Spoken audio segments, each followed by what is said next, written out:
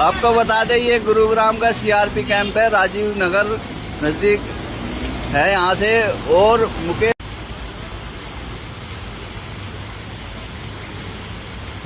गुरुग्राम के नेता गण कहते हैं कि हमने गुरुग्राम में भाजपा ने विकास किया है। तो ये है गुरुग्राम में भाजपा का विकास।